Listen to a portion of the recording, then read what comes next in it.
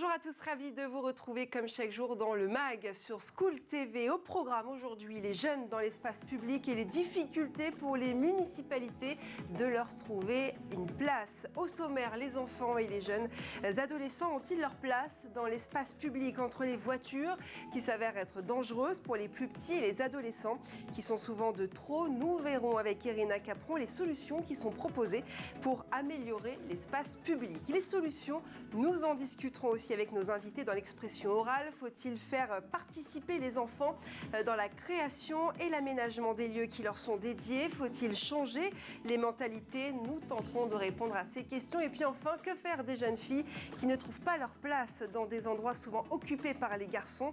Nous prendrons la direction de Boston aux États-Unis. Ce sera l'info en plus en fin d'émission. Sans plus attendre, voici nos invités. Ils sont par Skype. Jean-Marie Cochet, bonjour.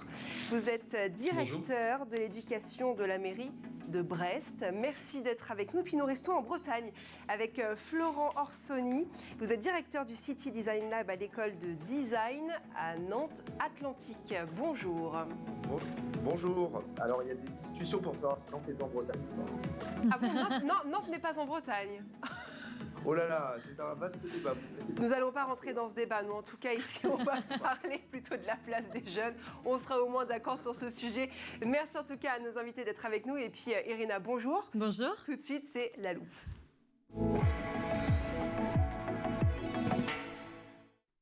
Alors, quelles difficultés rencontrent les jeunes aujourd'hui dans l'espace public? Alors, si les enfants ont leur aire de jeu avec les parcs, les adolescents à partir de 12 ans n'ont pas d'endroit dédié où ils peuvent se retrouver pour échanger et flâner tranquillement. Alors ça existe encore, je pense, mais il y a les skateparks, pardon. Oui, les skateparks pour les skateurs, mais bon, pour les jeunes ados qui ne font absolument pas de sport, ouais. Ou pour les jeunes filles qui ne font pas de skate. Alors oui, il y a des infrastructures pour les jeunes sportifs, comme les terrains de basket, de football, etc. Mais pour les autres, il n'y a pas vraiment de grand choix. Alors pour les filles, par exemple, rien n'est mis à disposition. Ce sont souvent des endroits squattés par les garçons. Et d'après plusieurs études menées sur le sujet, elles recherchent des spots pour discuter sans être collées forcément aux adultes, des jeux où elles sont en interaction et non en compétition, des tables rondes, des jeux artistiques et des endroits où elles peuvent écouter de la musique librement. À Vienne, par exemple, dans les parcs, des endroits bien spécifiques leur sont dédiés avec des hamacs, des plateformes sur lesquelles elles peuvent s'installer en cercle. Bon, alors quelles sont en France aujourd'hui les solutions proposées pour ces jeunes en mal d'endroit donc? Alors, à Brest, dans le cadre de son projet éducatif et citoyen 2021-2026, la ville fait participer les enfants avant qu'ils se réapproprient les lieux publics. Et quel est le premier endroit public que les enfants connaissent très bien? L'école, j'imagine. Exactement, la cour de l'école. La ville et l'éducation nationale recueillent les envies des enfants et tentent de les rendre possibles. Les enfants sont amenés à proposer leurs projets à l'ensemble de la classe, puis les services techniques prennent le relais.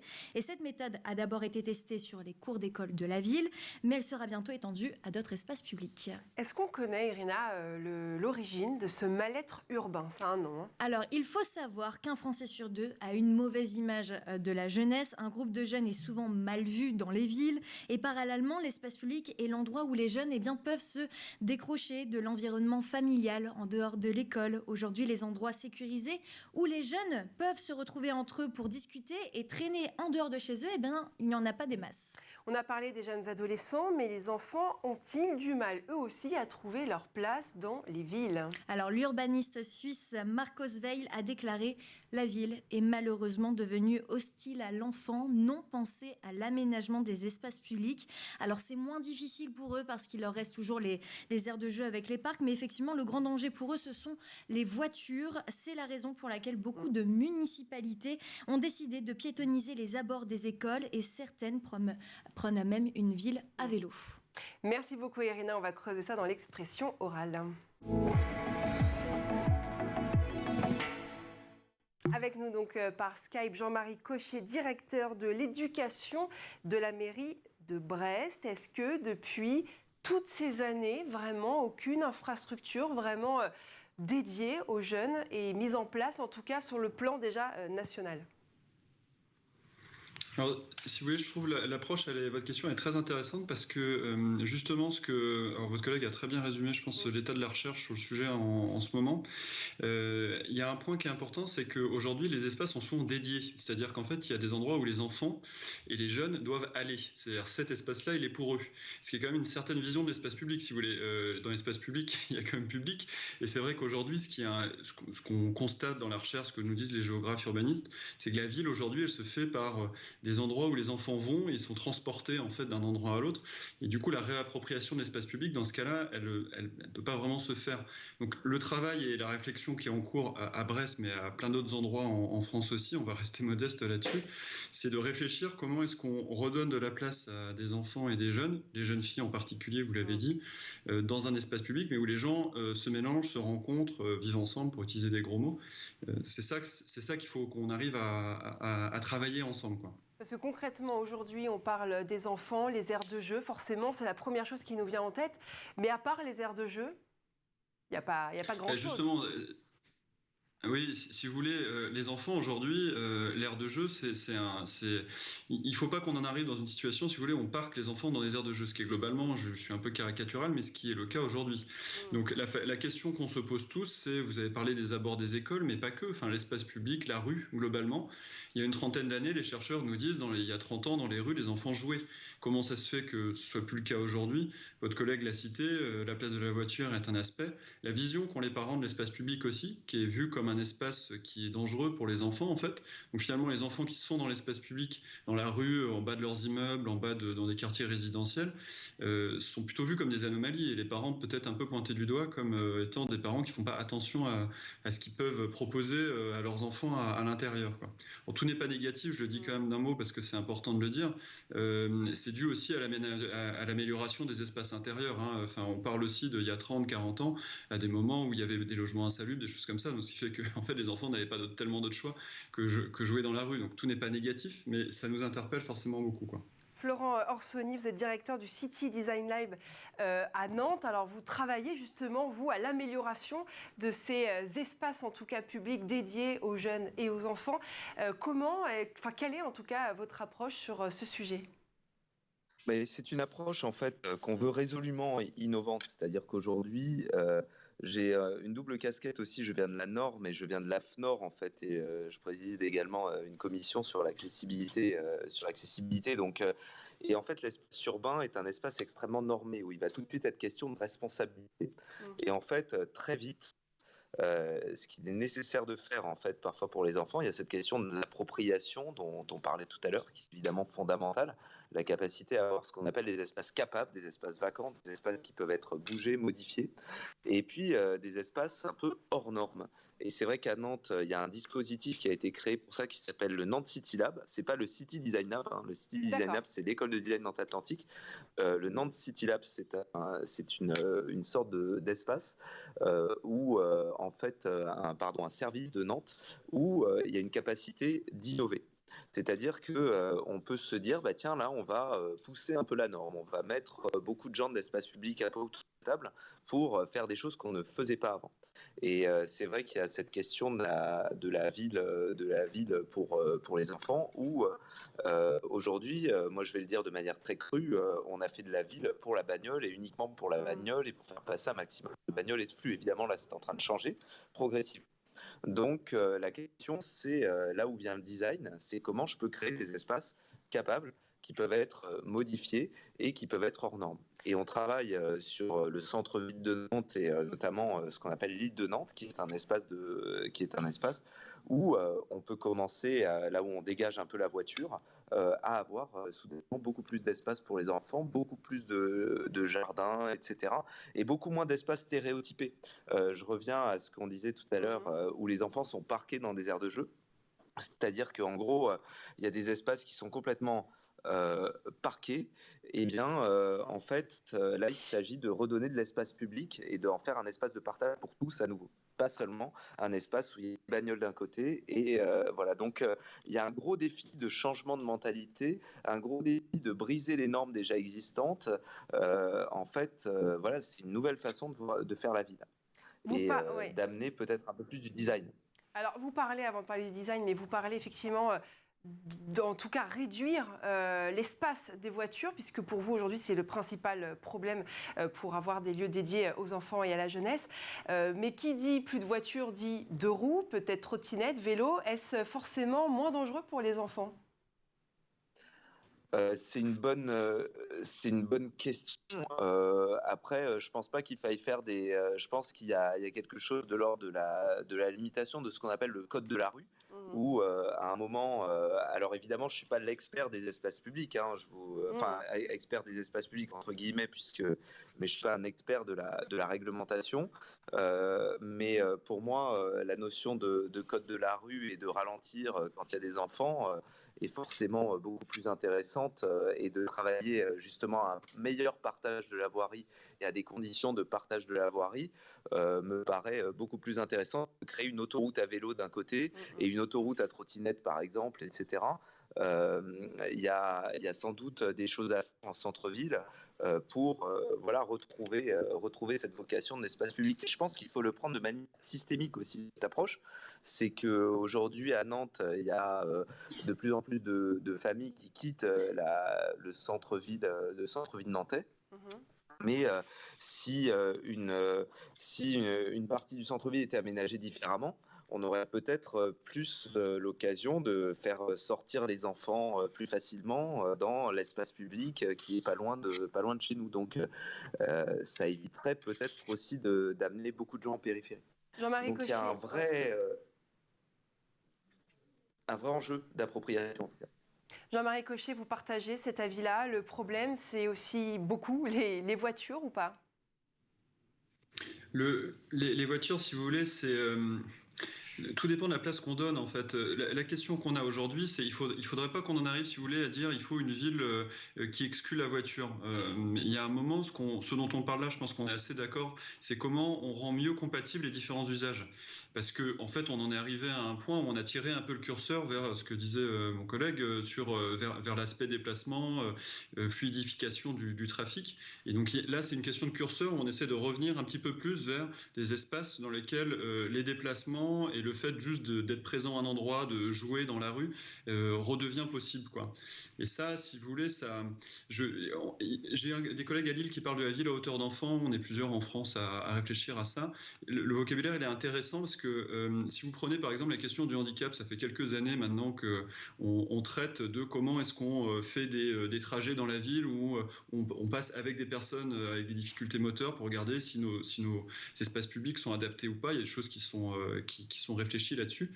Et on le fait très peu avec les enfants en fait. C'est-à-dire qu'est-ce qu'un enfant d'un mètre 10, 1 mètre 20 voit de la ville en fait. Qu'est-ce qu'il voit pas, comment on réaménage en fait l'espace public. C'est des choses bêtes, hein. Ça peut être des aménagements verts qui sont un peu moins hauts pour permettre de voir un danger arriver. Ça peut être au contraire des espaces un peu plus refermés qui font un peu plus cocon où les enfants se sentent un peu plus en sécurité parce qu'ils voient pas forcément tout le trafic urbain autour. Voilà, il y a des choses à imaginer, mais oui, je partage assez le constat qui est fait du moment qu'on se dit comment on compile les différents usages, quoi, sans passer dans une exclusion d'un autre des usages, quoi. Il faut toujours penser quand même on sait qu'un certain nombre de villes qui ont piétonnisé entièrement, par exemple, des centres-villes, il y a des effets de gentrification derrière qui peuvent être quand même importants. Et la mixité sociale reste un des buts quand même de l'espace public, quoi. Donc, on a des curseurs qui sont assez fins, quoi. Alors effectivement, on le disait, les enfants désertent de plus en plus les villes, les centres-villes, en tout cas les lieux publics, comme on appelle. Est-ce que c'est la faute aux parents aussi qui ont peur de l'inconnu, peur évidemment de la voiture et de plein d'autres choses? Ça vient aussi des parents. Il faut que les parents se réapproprient ces endroits et leurs enfants également. Ça c'est certain, si vous voulez, tout passera par les parents. Il y a un sociologue là, qui s'appelle Clément Rivière qui travaille pas mal là-dessus. Ce sont les parents qui sont prescripteurs, comme on dit, de l'usage qu'ont les enfants de l'espace public.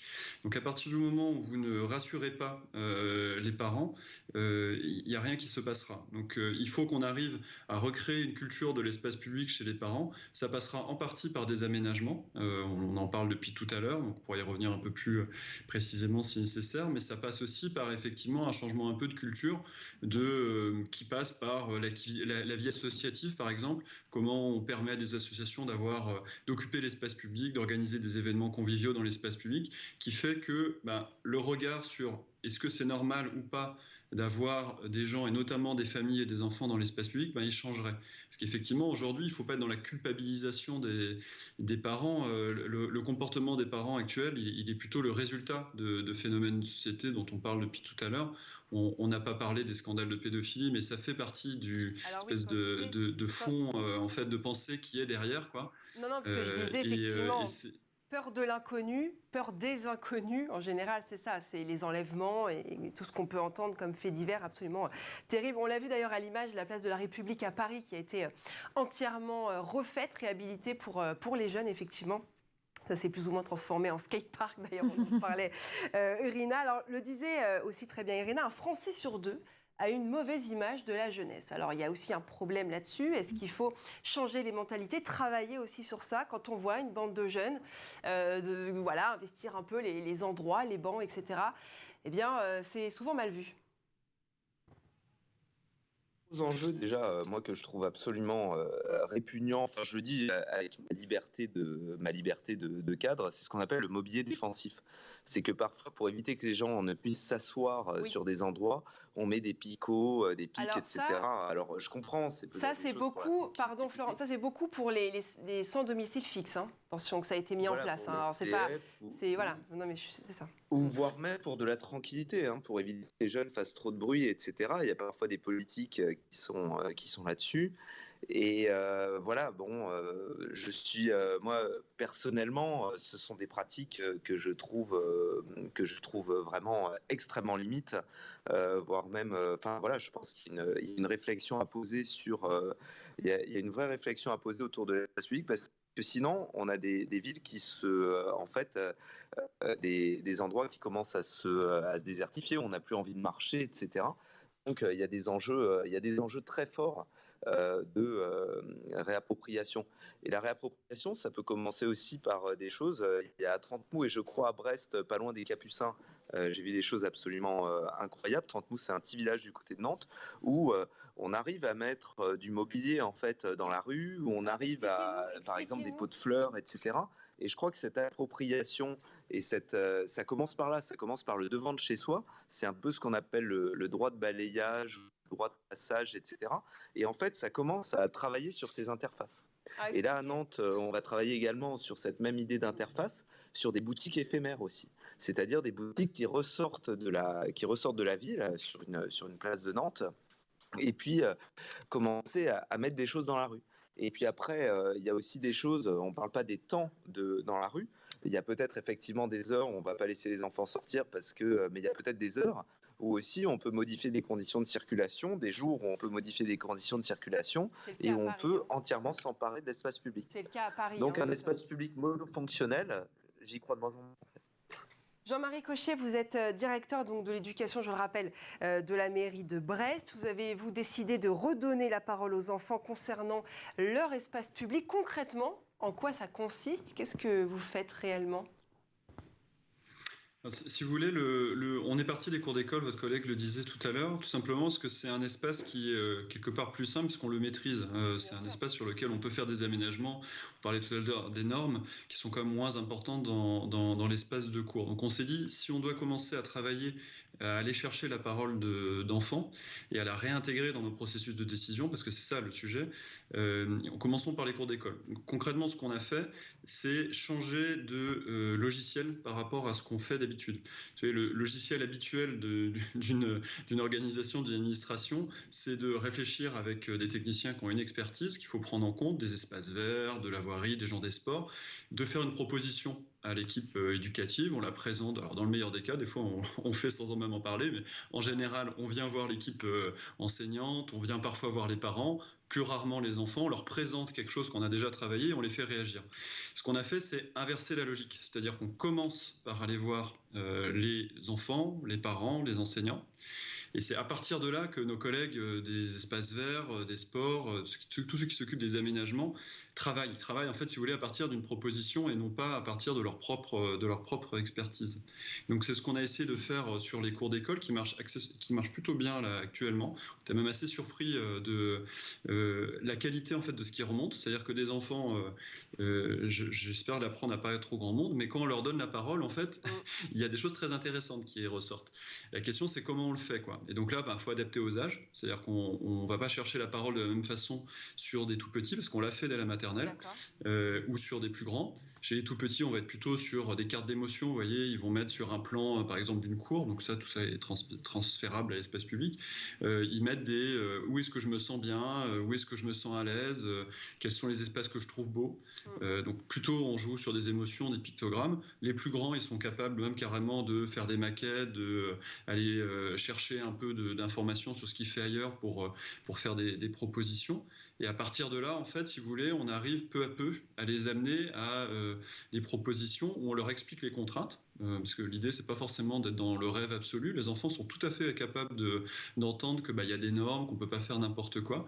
Et à la fin, on arrive à des choses que nous, on a vues là, qui sont vraiment intéressantes, qui sont quasi cahier des charges, comme pourrait en faire un cabinet d'urbanisme, mais voilà, proposé par les enfants, ce qui est vraiment très intéressant. Et c'est aussi une façon de les impliquer dans la citoyenneté. Florent Orsoni, vous êtes d'accord avec ça? Vous, concrètement, que faites-vous? Que proposez-vous? Alors vous, c'est en matière de design, mais pour l'urbanisme, en tout cas, pour donner la place aux jeunes.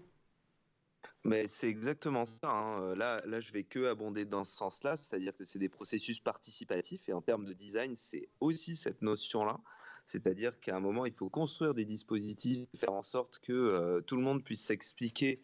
Et c'est pas seulement que des discours d'experts qui ont tendance à faire ce qu'on leur a appris et à sécuriser et à faire des normes. Donc, il y a un espace de dialogue, en tout cas, à trouver. Et ça, c'est la première chose. Cet espace de dialogue, on le construit par le biais de dispositifs, un peu comme qui vient d'expliquer là. Et c'est ce qu'on appelle la ville récréative. Et puis après, il y a la capacité de changer, par exemple, des panneaux de signalisation, de travailler, par exemple, au sol sur un passage piéton un peu plus fun. Mais voilà, c'est compliqué pour faire entendre ça parfois des services de la ville. Mais on trouve toujours des espaces, en fait, des moyens d'expérimenter des choses. Et puis voilà, donc il y a toujours des possibilités. Et en tout cas, nous, ce qu'on fait généralement, c'est d'ouvrir des espaces de dialogue.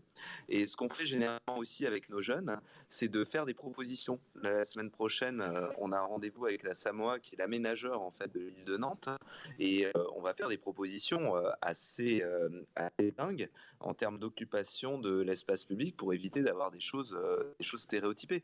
Il y a aussi une place qui est hyper importante qu'on oublie, c'est que la ville est genrée. La ville est par les hommes et pour les hommes de 30 à 40 ans, quoi. Donc il y a vraiment des questions il y a une question qu'on a évoquée qui est la place de l'allaitement aussi dans la ville, par exemple. Comment est-ce qu'on fait pour allaiter dans la ville? Vous voyez, ça peut paraître complètement dingue comme ça, mais c'est des vraies questions. Quels sont les dispositifs? Quels sont les bancs, etc. Il y a beaucoup de réflexions comme ça qu'il faut commencer à avoir. Et puis, on va arriver vers des choses moins stéréotypées, en tout cas. Donc, il faut laisser ce qu'on appelle, moi j'insiste beaucoup, des espaces capables, c'est-à-dire des espaces où on peut y aller, on peut innover. Justement, nous allons nous intéresser aux filles qui, souvent jeunes adolescentes, sont mises de côté puisque les endroits publics sont souvent squattés par les garçons, il faut le dire. On parlait des skateparks, on en parle avec vous, Irina, c'est l'info en plus. Bon, heureusement, c'est en train de changer, soyons positifs un peu. Il y a des endroits maintenant dédiés aux filles, en tout cas un. Oui, et pour cela, direction Boston, aux États-Unis, pour trouver cette infrastructure qui a pour nom Swing Time. Alors en anglais, Mathilde, ça donne quoi? Temps de balancement, c'est ça? Exact, c'est très bien. Vous avez l'air étonnée. Oui, mais non, je ne suis pas étonnée du tout, voyons. Et regardez justement ces images, c'est génial. Il s'agit d'anneaux blancs assez grands de taille pour que l'on puisse se mettre dedans. Ils s'illuminent la nuit et surtout les adolescentes peuvent s'y retrouver pour discuter tranquillement. Qui est à l'origine de ces anneaux? J'imagine que ce n'est pas arrivé comme ça. Alors c'est un hasard total, effectivement, puisqu'il s'agit d'une œuvre de l'architecte Oweller Youn, installée à cet endroit pour une exposition temporaire. Et finalement, eh bien, cette œuvre correspondait à ce qu'attendaient les jeunes filles pour se retrouver en dehors de chez elles dans un lieu calme et pas déjà investi par les garçons, comme vous l'avez dit. Et elles se sont donc approprié cet endroit qui est devenu eh bien, le leur, enfin. Et oui, merci beaucoup Irina. Jean-Marie Cochet. On voit aussi que, vous constatez également que les filles sont souvent mises de côté et pas forcément impliquées dans ces endroits, dans ces lieux publics, souvent occupés par les garçons. Là, il faut lire un peu ce que nous dit la recherche. Effectivement, il y a un décrochage qui se fait au moment du collège, en fait. Ce que nous expliquent un peu les chercheurs, notamment sur les questions de sport en plein air. C'est vers 12-14 ans là, que des jeunes filles qui, quoi qu'on en dise, ça évolue, sont dans des clubs, jouent à l'extérieur, font du sport. À cet âge-là, 12-14 ans, d'un coup, il y a un renfermement vers la vie familiale, correspond au passage à l'adolescence où les parents sont aussi plus prudents sur ce qui se passe pour les jeunes filles dans l'espace public. Et puis oui, effectivement, les garçons aussi, parce que ça passera par là, évidemment, sur l'éducation aussi des garçons, peuvent renvoyer quelque chose comme les filles n'ont plus leur place, quoi. Donc, ça va être un enjeu vous avez parlé des aménagements, c'est évidemment important. Et puis il y a un enjeu fondamental, mais je pense qu'on a tous bien identifié depuis le mouvement MeToo, qui est d'éducation, globale des jeunes et des enfants sur l'égalité filles-garçons et femmes-hommes. Florent Orsoni, vous partagez cette idée. L'urbanisme, c'est une chose, les infrastructures, c'est bien, mais l'éducation, c'est la priorité. Ouais, et en fait, là-dessus, c'est rigolo parce que je me replonge dans un projet. En fait, nous, on est un peu une sorte de cahier d'idées, si vous voulez. Et puis après, la municipalité, en fait, moi, j'ai une centaine d'étudiants qui vont commencer à donner des cahiers d'idées. Il y a parfois des idées achetées, puis il y a parfois des idées qui restent, en fait. Et la première chose sur laquelle on peut bosser, et c'est rigolo, c'est de hacker des espaces qui sont préemptés par les garçons dans les cours de récréation.